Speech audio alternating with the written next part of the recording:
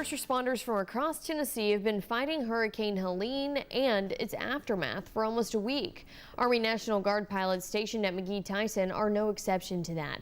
Joining the fight within hours of Helene hitting East Tennessee, they sprung into action. 10 News reporter Avery Gingrich spoke with some of those pilots about their experience on Friday and brings us their view. Hurricane Helene brought flooding and destruction to East Tennessee Friday.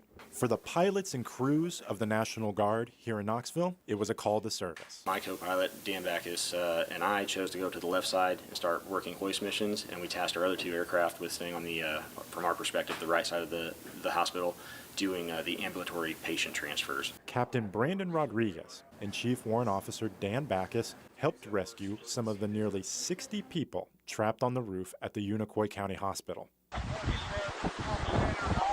The duo are experienced pilots with years of rescue operations.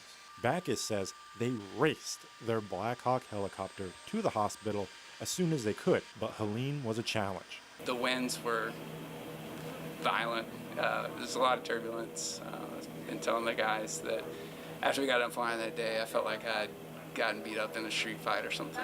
They say the situation was dynamic. Communicating with first responders and pursuing distress calls across the county required quick thinking. We got four of the most critical patients. They were all in a little boat on the backside of this hospital.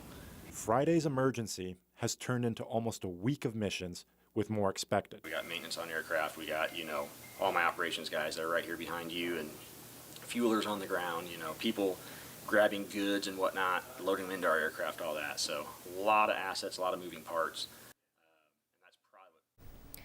Avery joins us now in studio with another detail about that unbelievable day. Avery. Katie, an unprecedented day gave an unprecedented opportunity. Captain Rodriguez told me that one of the people that was on the roof of the Unicoi Hospital actually called the National Guard base and spoke to him. Rodriguez and that man talked almost 10 times before Rodriguez had even left on the rescue operation.